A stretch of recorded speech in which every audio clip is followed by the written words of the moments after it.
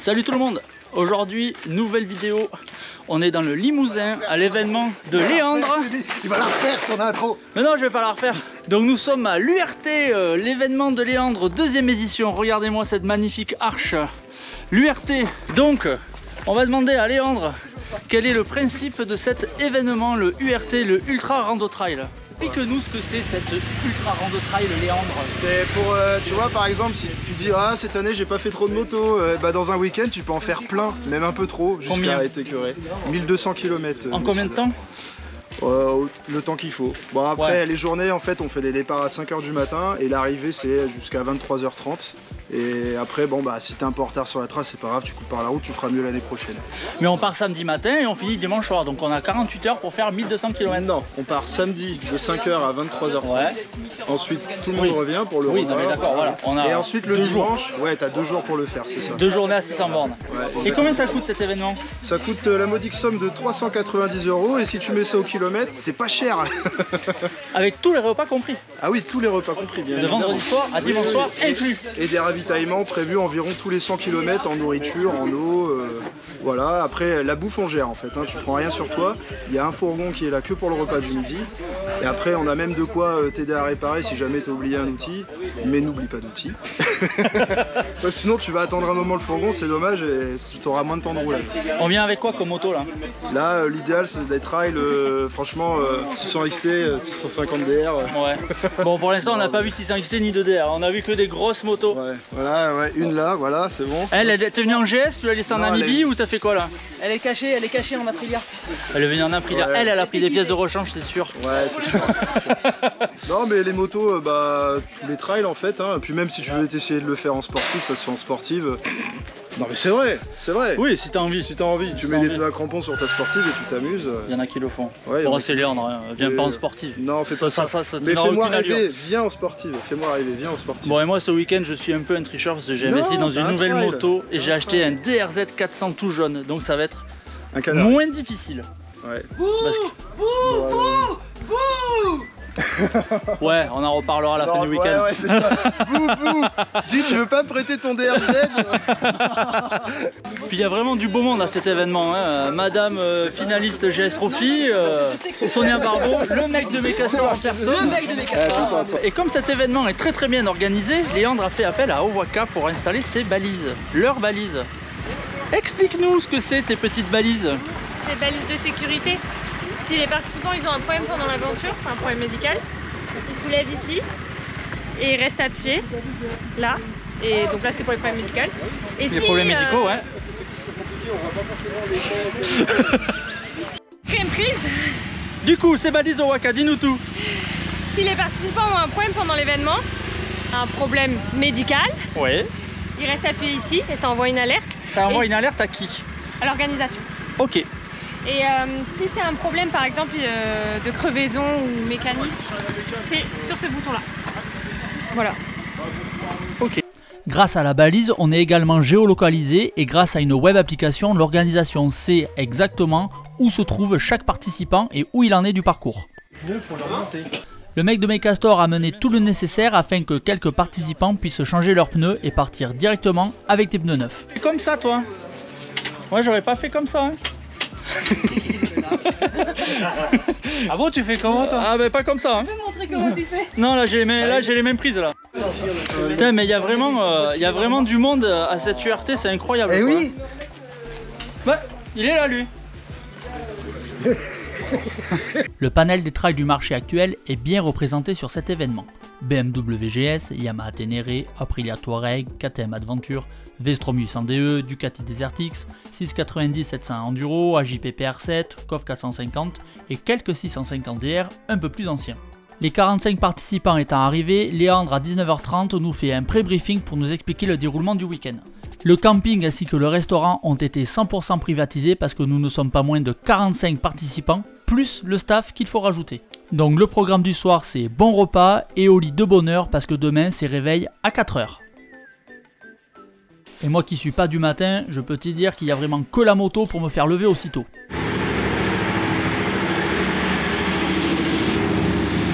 Ça fait quand même un peu tôt pour aller faire de la moto. Hein. Incroyable.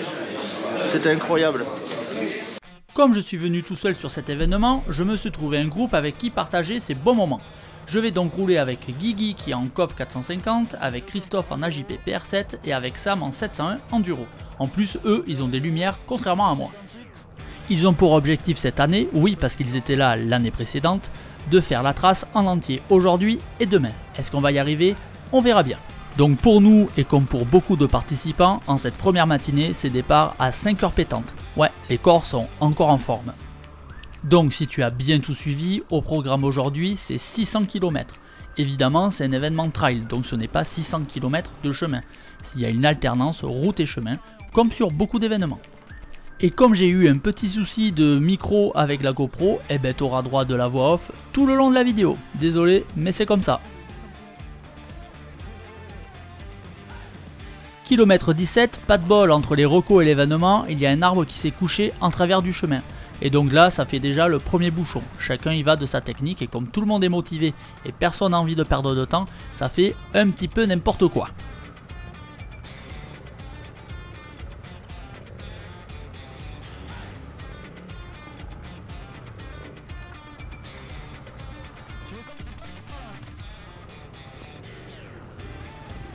Après, il y a toujours quelques mecs qui ont le niveau pour ce genre de choses. Et puis il y a ceux qui l'ont eu et qui ne l'ont plus. Moralité de l'histoire, au kilomètre 17, j'ai failli abandonner. Dans la chute, ça a tordu mon levier d'embrayage. Donc leçon numéro 1. Quand tu as un levier d'embrayage de rechange, ne le laisse pas à la maison. Prends-le dans ta moto. Leçon numéro 2. Rentraîne-toi à franchir des troncs parce que là c'est ridicule.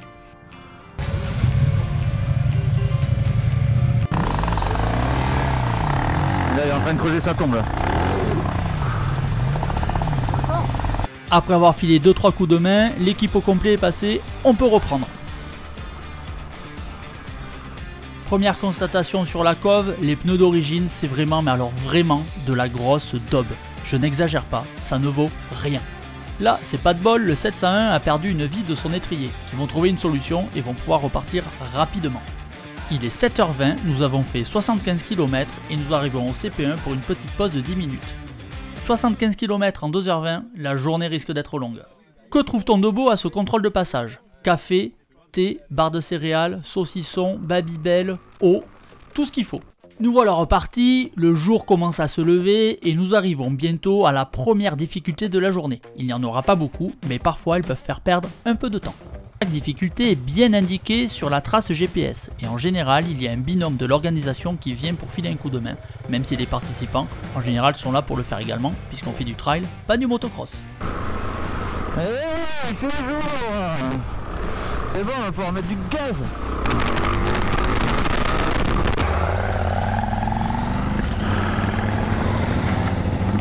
Toi, je sais pas, mais j'ai rarement l'occasion de partir faire une balade off-road de nuit et d'avoir un merveilleux lever de soleil. Et bien là, c'était juste incroyable.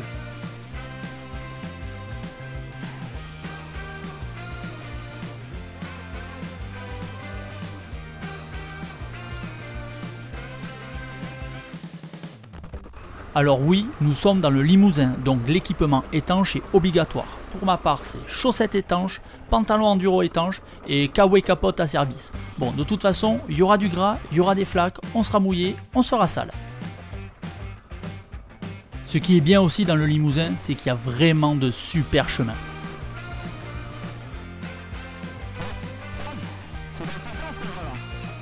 Et dans le Limousin, il y a aussi des mecs sympas qui te font essayer leur COV 450.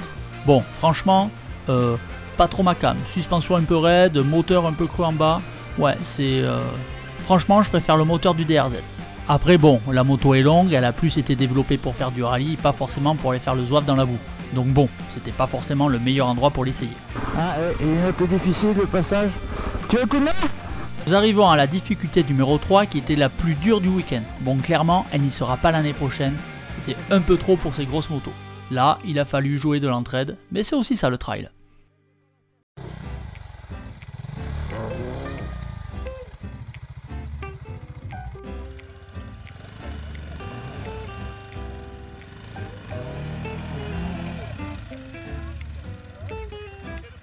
Là, j'avoue que je suis bien content d'avoir une moto toute légère. Parce que, bon, évidemment, on ne s'en rend pas compte à la vidéo. Mais ça grimpe bien quand même, ça grimpe vraiment bien avec des racines toutes pourries. Voilà. Bon, c'est un peu bête, la cove elle a plus de batterie. Arrivé en haut de la grimpette difficile, donc on a pris une petite pente douce pour la redémarrer à la poussette. Et puis la caler juste après. Donc là, en gros c'est repoint de départ de la montée difficile. Et il faudrait redémarrer la moto et ben on va la pousser. Ou on la remonte. Tu veux qu'on la remonte là? Ça va être un peu relou, non? Ah, c'est pas mal ça. Un booster, c'est pas mal.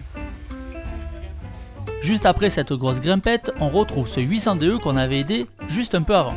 En gros, il galère sur ce petit dévers et il s'est épuisé à relever plusieurs fois sa moto.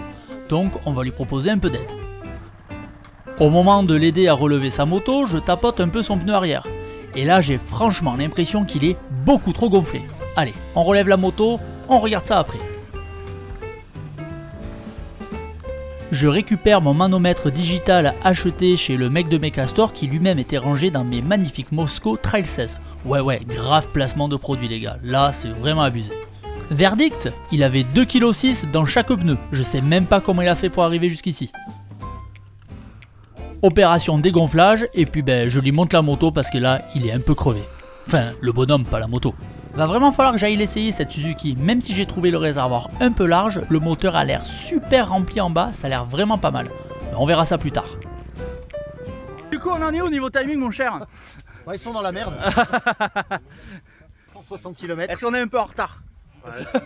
Beaucoup? Bah ouais. Bah ouais, mais c'est ça, faut arrêter d'aider les gens aussi. Bah ouais, mais ça c'est mon côté Saint-Bernard. Bah oui. Donc la proposition c'est de couper directement, d'aller au CP3 par la route. Voilà, ou d'éviter les difficultés entre le CP2 et le CP3 qui sont trop difficiles. Ouais, après s'il y a le secteur Vassivia, peut-être qu'on va couper et puis on va aller directement là-bas. Hein. Fort de ce constat au niveau du décalage horaire, nous avons donc décidé de couper du CP2 au CP3. On est donc parti pour une trentaine de kilomètres par la route. On va arriver au CP3 vers 12h45 et on en sera à 200 km de roulage depuis 5h du matin. En gros, on sait qu'on n'aura pas fait l'itinéraire en entier, mais au moins on va profiter du reste du parcours.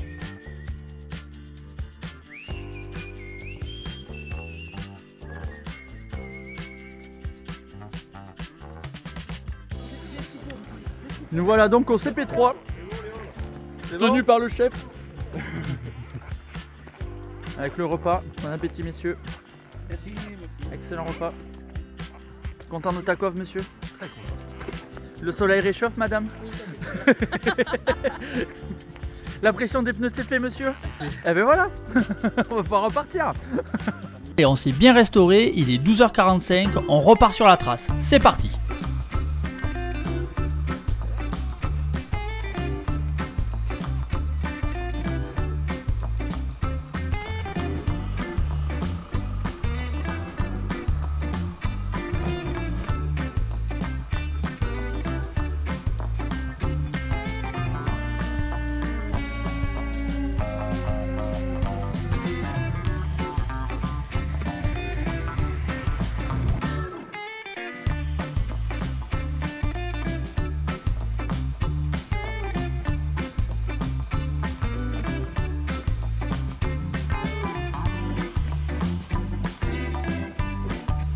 Les chemins sont peut-être détrempés et la boue est peut-être bien fraîche, en tout cas on a vraiment du bol avec ce magnifique soleil. Enfin, aujourd'hui.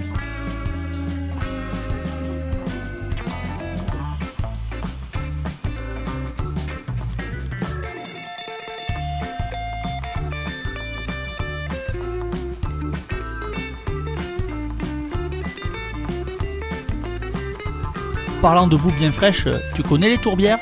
En gros, c'est un piège à moto.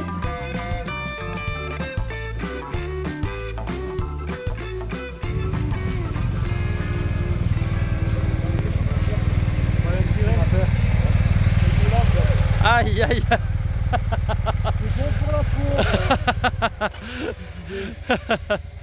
Ah ben là, il y a eu succion là non? Si tu comptes venir faire l'URT, ce que je te conseille vivement, pars au moins à 2 avec au moins une sangle.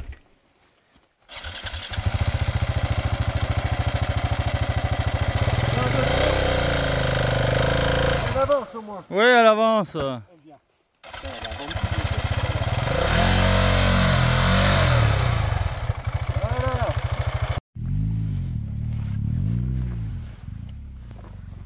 beau chocolat quoi.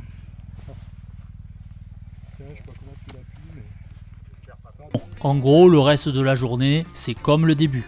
On enchaîne chemin, route, CP, chemin, route, CP, sans jamais s'ennuyer. On passe vraiment une excellente journée.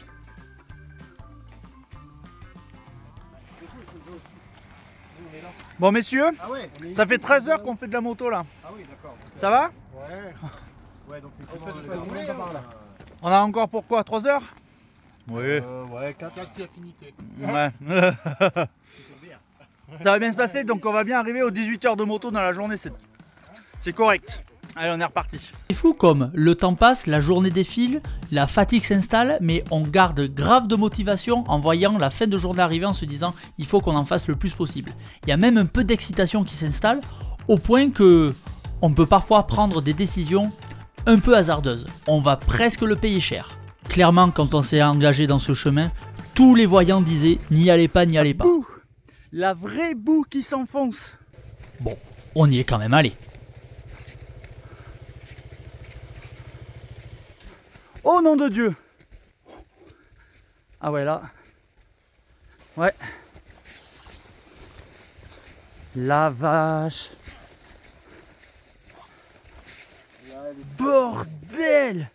T'imagines une piste de ski qui vient d'être damée, et bien là c'était pareil, c'était une piste de boue et la boue était illisible, tu savais jamais si ça allait être porteur ou si ça allait être, si t'allais te faire engloutir. Avec le DRZ, j'ai fini en le mettant au rupteur, en courant à côté, en le poussant au maximum. Sam, il a eu moins de chance, il s'est fait aspirer. C'était pas trop de 4 quand même pour la coucher, la tirer, la traîner, la tourner et la sortir tant bien que mal. Moi je viens de lui cracher de l'eau sur la moto, il y avait un truc incandescent, c'était peut-être un morceau de bois ou quoi. Et ouais, j'ai vu des... comme si t'avais roulé sur un mégot. Et après j'ai vu de l'incandescence autour de ton moteur, j'ai halluciné. Cette fin de journée, franchement, c'est épique. Entre la piste de boue qui nous engloutit et la JP PR7 qui nous fait des petits trucs incandescents au niveau de l'échappement, on se demande si la moto va pas prendre feu. J'espère que la nuit va pas continuer comme ça parce que ça risque d'être un peu long. Non? Incroyable. Bon, ça a l'air d'aller, on va repartir. Sur les coups de 21h30, on arrive enfin au dernier checkpoint, le CP6. Quelle heure il est là? Donc là nous sommes au CP4. Oh, CP1, CP6. Moi perso je commence à avoir un peu plein le cul en vrai là. J'ai oublié d'enregistrer la trace. Là c'est plus trop plaisir là. Tu prends du plaisir encore toi là? Vraiment en vrai? Ouais, moi je me force un peu là. Là ça y est, je me force depuis 5 minutes. Et ça sent la fin de journée. Du CP6 jusqu'au retour au camping, on a une bonne demi-heure de route. Il est 21h30, ça va nous faire arriver là-bas sur les coups de 22h. Faut savoir qu'on est quand même parti à 5h du matin. Ça va faire 17 heures de moto. Alors bien évidemment, ça ne fait pas 17 heures de roulage puisqu'il y a les quelques pauses de CP et puis les quelques entraides qu'on se fait les uns les autres. Mais quand même, grosse journée. Ok, on n'a pas fait la trace en entier. Mais la journée était intense, la journée était longue, la journée était top. On est content d'arriver et on va être content de repartir demain ou pas, je sais pas. Bon après 17 heures, on va enfin pouvoir passer la table je crois. Et puis on va recommencer demain. Après une petite douche. Allez à demain.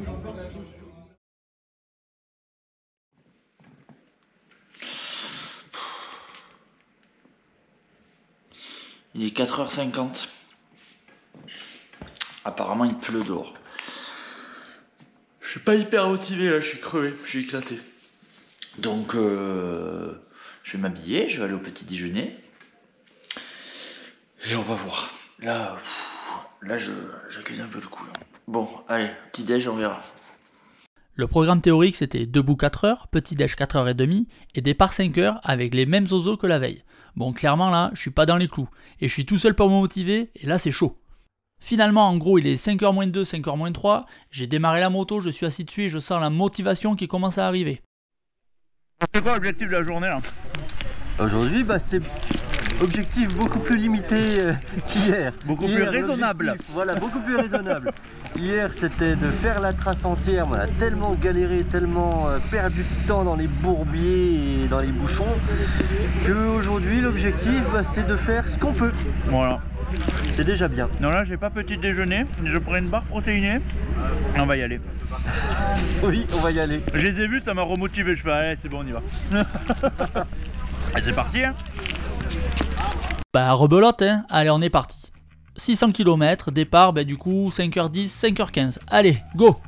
Matin, ce qui est cool, c'est que en plus de la nuit, en plus du froid, eh ben, on a le vent et la pluie.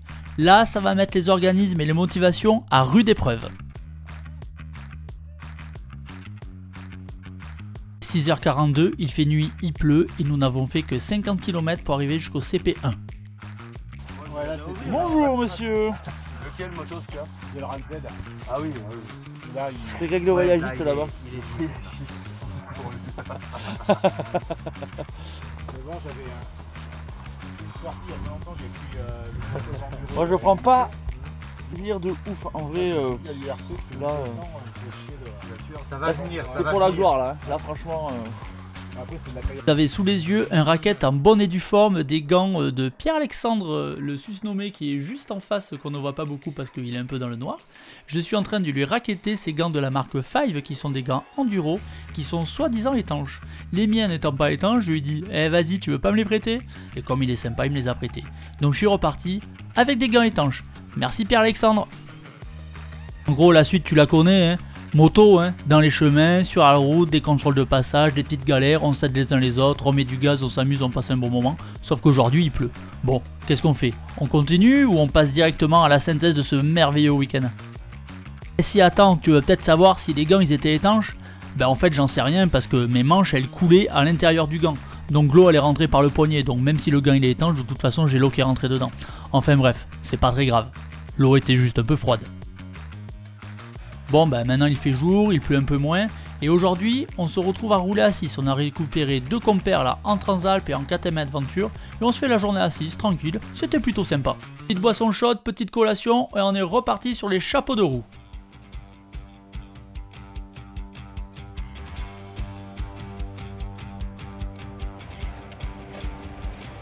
Le mec de mes castors, toujours là pour avoir des pièces ou pour faire du contenu. Tout ça pour faire la promo des produits qu'il vend dans son shop. Ça, c'est bien. Attends. Voilà. Ceci n'est pas un placement de produit. Ceci était un placement de produit. Tu le vends pas? Ouais d'accord. Ce n'était pas un placement de produit. Pour les chambres à air.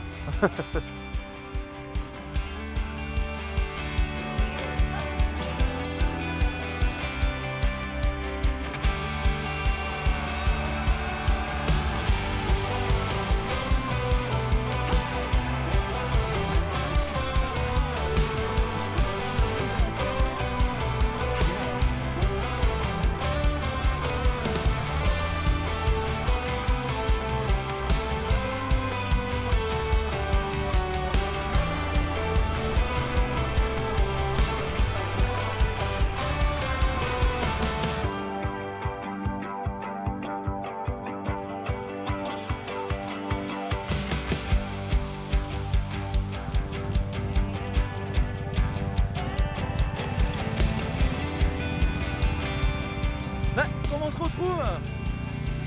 Alors je sais pas si les gants sont étanches parce que l'eau coulait du poignet là jusqu'à l'intérieur là, donc Ah ouais mais quand on est mal équipé mec. voilà c'est ça, c'est ça. Tu peux me rendre mes gants secs s'il te plaît? Ouais.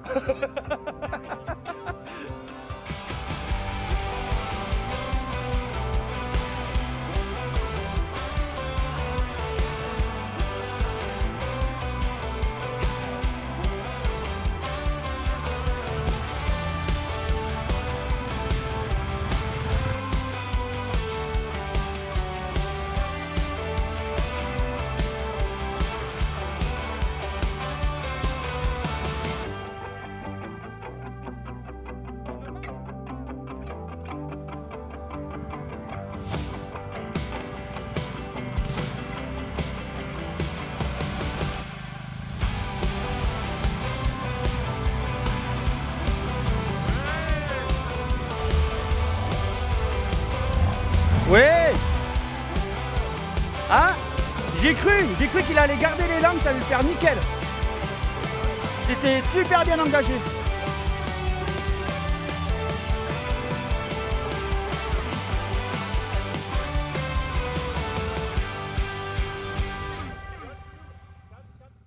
Vu notre état d'avancement sur la trace, on n'a pas d'autre choix que de faire une coupe entre le CP5 et le CP6. Ça nous fait faire une cinquantaine de kilomètres par la route. Et à partir du CP6, nous reprendrons la trace. 18h, 350 km, nous voilà au CP6.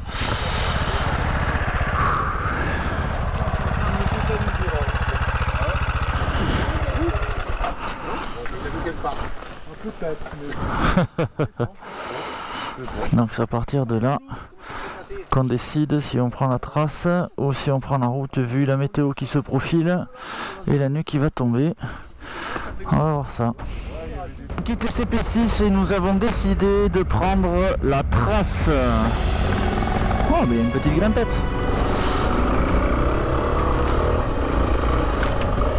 Ah.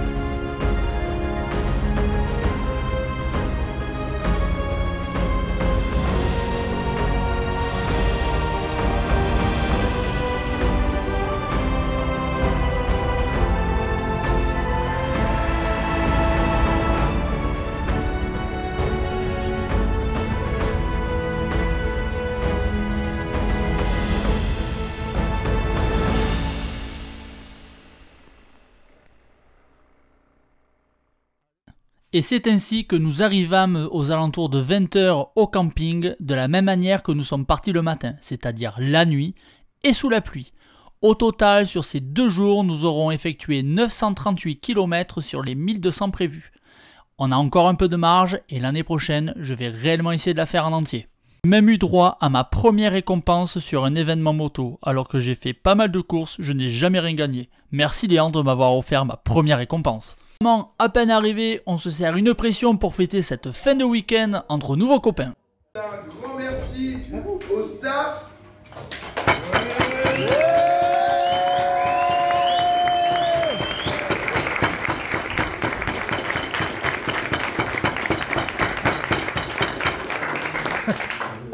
Également parce que sans eux là, on ne mange pas, on ne dort pas. Donc un grand merci au Petit after dans un gîte, désolé les gars pour le bazar, et on a même eu droit à du deal de fromage en direct, incroyable. Est-ce qu'on se ferait pas un petit débriefing sur cette URT 2024? Alors d'abord, vraiment Léandre, bravo. Organisation au top et bravo à tous les bénévoles. Rien à dire sur l'organisation. L'expérience client, franchement, top, rien à dire. La trace, l'organisation, les informations, les repas, tout ça, les contrôles de passage, rien à dire, parfait. Franchement, nickel. Ensuite, la trace. Alors, vous avez vu dans la vidéo qu'il y avait des passages coquins. Alors, il y a quelques passages coquins qui ont été rajoutés cette année et qui, à mon sens, étaient un peu trop difficiles pour quand tu roules avec un trail ou avec un maxi trail. Et ils seront enlevés l'année prochaine parce que c'était un peu too much, c'est vrai. Mais l'essentiel de la trace est largement faisable en Ténéré, en GS, en tout ce que tu veux. C'est largement faisable.